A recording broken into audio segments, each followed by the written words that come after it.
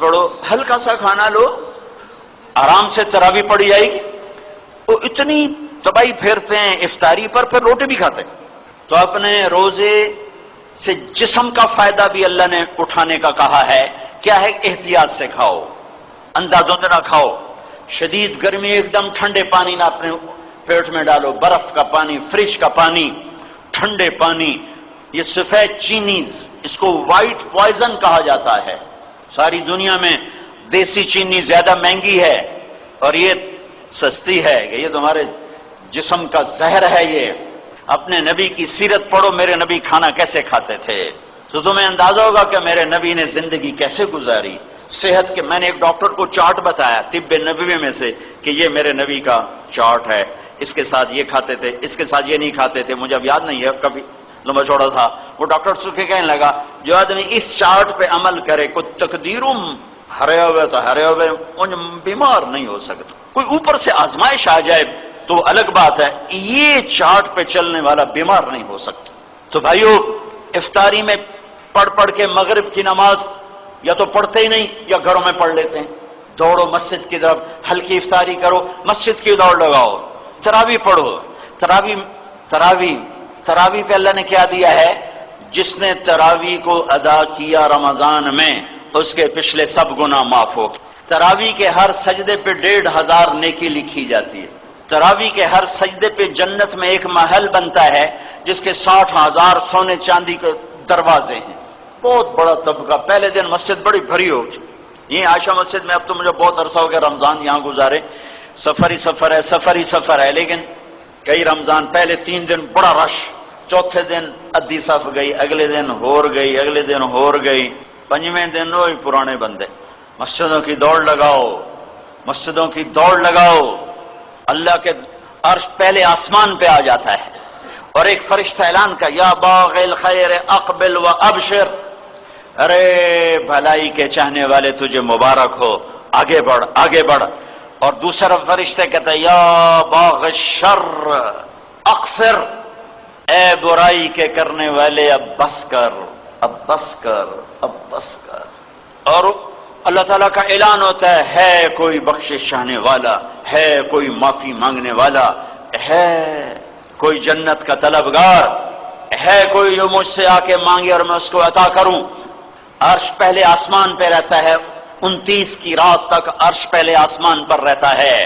20 تراویح پڑھا کرو، ہر سجدے پہ 1500، 40 سجدوں پہ 60,000، سال میں ایک دفعہ ہے، تھوڑی سی ہے، اپنے دنیا کے کام تھوڑے کر لو، مختصر کر لو، تاکہ رات کے قیام کے لیے تمہارے پاس ٹائم ہو، تمہارا بشاشت ہو۔ بیمار ہے کوئی بات نہیں، معذور ہے کوئی بات نہیں، سفر پر ہے ٹھیک ہے چھوڑ دے، لیکن گھر پر ہے اور 8 پڑھ کے جا رہا ہے، 10 پڑھ کے جا رہا ہے، اپنا نقصان کر کے کیوں جا رہا ہے؟ پھر دوبارہ پتہ نہیں رمضان آئے گا کہ نہیں آئے گا۔ اللہ تعالیٰ نے رمضان کے مہینہ روزے کے لیے رکھا اور اس مہینے کا نام خود تجویز کیا، رمضان، چونکہ اللہ نے قرآن تو پڑھا جب زمین آسمان بھی نہیں بنے تھے، اور وقت بنا، ٹائم بنا، مہینے بنے جب زمین بنی، اور اللہ نے اس سے پہلے ہی قرآن کی تلاوت فرمائی، اس میں تھا شہر رمضان الذی انزل فیہ القرآن، یہ رمضان کا مہینہ جس میں قرآن اتارا۔ سارا آسمانی علم رمضان میں آیا ہے۔ ابراہیم علیہ السلام پر جو چھوٹی کتابیں آئیں، یکم رمضان، موسیٰ علیہ السلام پہ تورات آئی 2 رمضان، داؤد علیہ السلام پہ زبور آئی 6 رمضان، عیسیٰ علیہ السلام پہ انجیل آئی 18 یا 12 رمضان، ہمارے نبی پر قرآن اترا 21 رمضان۔ سارا علم رمضان میں آیا ہے، رمضان میں آیا ہے۔ غزوہ بدر ہوا رمضان، فتح مکہ ہوا رمضان۔ رمضان کا نام رمضان کیوں رکھا؟ روزے اور لفظ رمضان میں مناسبت کیا ہے؟ رمضان کا مطلب ہے جل جانا، جل جانا، صلاۃ الاوابین حین ترمض الفصال، حدیث شریف میں ہے۔ تو جلنا، جلنے کا کیا مطلب ہے؟ اس میں جلنے کا کیا مطلب ہے کہ جب کوئی مرد عورت روزہ رکھتا ہے تو اللہ اس کے پچھلے 330 دن کے گناہ اٹھاتا ہے اور اس کی بھوک اور پیاس کی بھٹی میں ڈال کے جلا دیتا ہے، بھوک بھی ایک آ گئے، پیاس بھی ایک آ گئے. پھر اگلا روزہ رکھتا ہے تو بھوک اور پیاس کی بھٹی گرم ہوتی ہے، کچھ گناہ اس میں ڈال کے جلا دیتا ہے. آخری رات پچھلے 330 دن کے سارے گناہ کاغذ کی طرح اللہ جلا کے ختم کر دیتا ہے اور اسے یوں باہر نکالتا ہے جیسے آگ میں سے سونا کندن بن کے نکلتا ہے اور خالص بن کے نکلتا ہے، اور اس کے جسم پر ایک ذرے کے برابر گناہ باقی نہیں رہتا، سارے گناہوں سے دھو دیتا ہے. اور عید کی نماز پر اللہ اعلان کرتا، او مانگو، دنیا مانگو گے جو مناسب ہوگا وہ دوں گا، آخرت جو مانگو گے جتنی مانگو گے اتنی دوں گا، وہی دوں گا جو مانگو گے وہ دوں گا. پھر اس میں اعتکاف ہے آخری عشرے میں. ماشاءاللہ مسجدیں اب آباد ہوتی ہیں، اللہ کا شکر ہے، بہت اعتکاف میں بیٹھتے ہیں، ماشاءاللہ جوان بہت ہوتے ہیں، مسائل سیکھے بغیر بیٹھ جاتے ہیں. جب آپ میں سے کوئی بھائی اعتکاف میں بیٹھنا چاہے تو پہلے علماء سے اس کی شرائط پوچھ لے تاکہ 10 دن کی محنت ضائع نہ ہو جائے، اور جب وہ ٹوٹ جاتا ہے تو پھر وہ برکتیں ختم ہو جاتی ہیں. تو جو بھائی اعتکاف میں بیٹھے پہلے ضرور کسی اچھے عالم سے اعتکاف کے مسائل پوچھ لے تاکہ اس کو اپنی محنت کا صلہ تو ملے. صدقہ فطر، روزوں کا صدقہ، یہ ہمارے عام طور پر گندم کے حساب سے دیا جاتا ہے جو کوئی آج کل 80 روپے 100 روپے بنتا ہے، لیکن ہمارے نبی صدقہ فطر دیا کرتے تھے یا کھجور کا یا کشمش کا. جو اب میں صاحب وسعت مالدار لوگ ہیں وہ کشمش کا 3 کلو پوچھو بازار میں کیا ہے اس کے مطابق صدقہ فطر دو تو تقریباً ایک آدمی کا 600 700 1000 روپے تک چلا جائے گا. اور ویسے ایک آدمی کا 100 روپے بنتا ہے یا 80 روپے بنتا ہے. اگر اس سے کم آنا چاہتے ہو تو کھجور پہ آ جاؤ، کھجور کے 3 کلو لوگے تو وہ بھی 300-400 ہو جائے گا. لیکن گندم سب سے سستا بنتا ہے. تو جو وسعت رکھتے ہیں میں انہیں کہوں گا اپنے نبی کا طریقہ اختیار کرو، کشمش کا ریٹ لگوا کر، اچھی کشمش کا ریٹ لگوا کر یا درمیانے درجے کی کشمش کا ریٹ لگوا کر اس کے حساب سے آپ غریب کو جا کے یہ پہنچاؤ. عید سے پہلے پہنچاؤ کہ اللہ تعالیٰ ان کے گھر میں بھی خوشی پہنچائے اور اللہ ان کو بھی خوشیاں عطا فرمائے اور تمہارے رمضان کا صدقہ ہو جائے، میل کچیل جو اس میں روزے میں تھا وہ صاف ہو جائے، پاک ہو جائے. اور جب کسی کے گھر میں وہ پہنچ جاتا ہے تو اس کا روزہ بھی اوپر چلا جاتا ہے، ورنہ اس کے روزے اٹک جاتے ہیں، ہوا میں لٹک جاتے ہیں، اوپر نہیں جاتے. جب تک وہ ادا نہیں کرتا اوپر نہیں جاتے. اور عید سے پہلے دینا ہوتا ہے، عید کے بعد پھر صدقہ فطر نہیں رہتا. آخری بات یہ کہنا چاہتا ہوں بھائیو، رمضان ہمدردی کا مہینہ ہے، شہر المواسات، یہ ہمدردی کا مہینہ ہے. لیکن ہمارے تاجر بھی کمائی کے لیے چھرے ہاتھ میں پکڑ لیتے ہیں اور اتنے ریٹ بڑھا دیتے ہیں. میں درد سے کہہ رہا ہوں کہ رمضان میں آخرت بناؤ، کتنے پیسے بنا لو، لیکن چیزوں کے ریٹ دگنے تگنے 5 گنا 10 گنا. یہ ظلم نہ کرو، یہ ظلم نہ کرو، یہ ظلم نہ کرو. تم تاجر، دکاندار، کپڑے والے، جوتے والے، کھانے والے، مٹھائیوں والے، پکوڑوں والے، سموسوں والے، فروٹوں والے، سارا سال کماؤ، 1 مہینہ ریٹ نیچے لے آؤ تاکہ تمہارا کھاتا آگے جمع ہو، آگے جمع ہو، آگے جمع ہو. یہ سخاوت کا مہینہ ہے، یہ مال کا مہینہ بنانے کا نہیں، ذخیرہ اندوزی کا نہیں، سخاوت کا مہینہ ہے. لوگوں کو روزے افطار کرواؤ. حرمین میں بڑا ایمان تازہ ہوتا ہے دیکھ کر. تو حرمین میں دسترخوان بچھے ہوئے اور آپس میں مقابلے لگے ہوئے ہیں، ایک دوسرے کو پکڑ کے لا رہا، میرے دسترخوان پر، کہتا آپ میرے دسترخوان پر آئیں.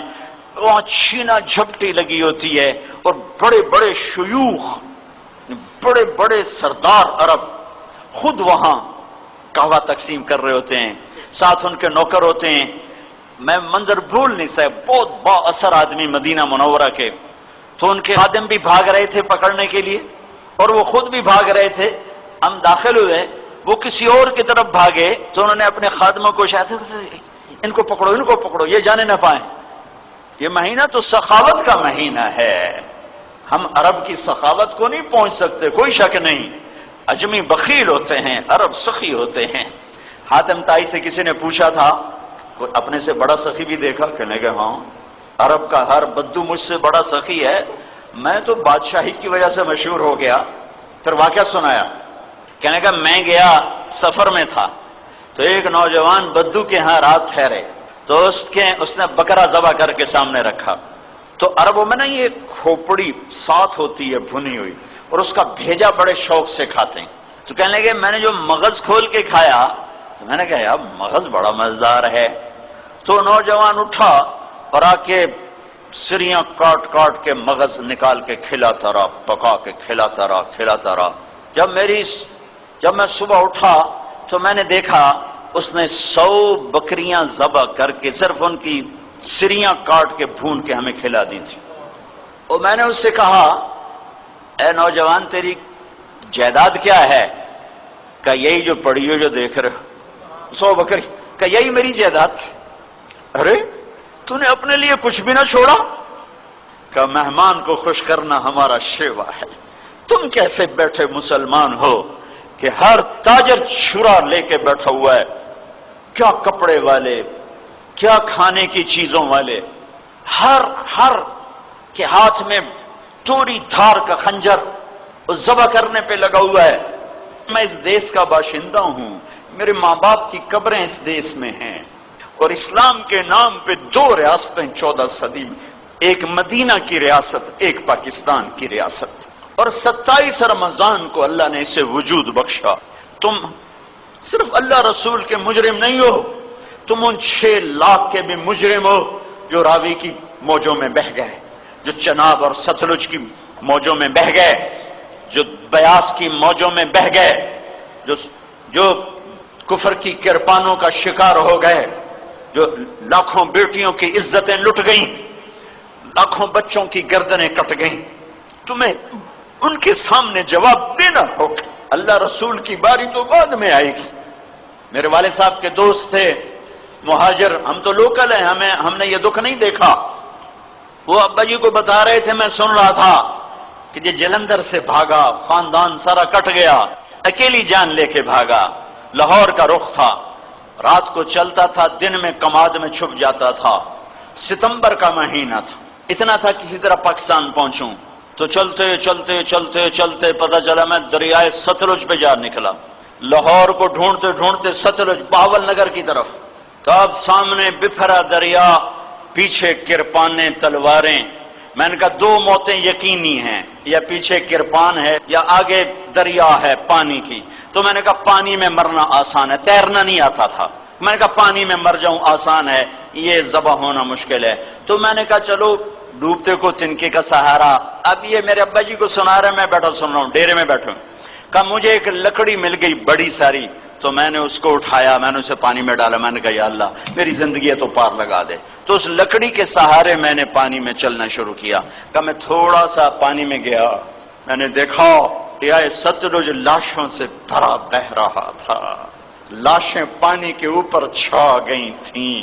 وہ پوچھیں گے نہیں کہ اس لیے پاکستان بنایا تھا کہ زنا کے اڈے قائم ہو، شراب کی بھٹیاں چلے، قتل و غارت کے بازار گرم ہوں، عزتیں سرے بازار نیلام ہو. میرے نبی کو بھی وطن سے پیار ہوا.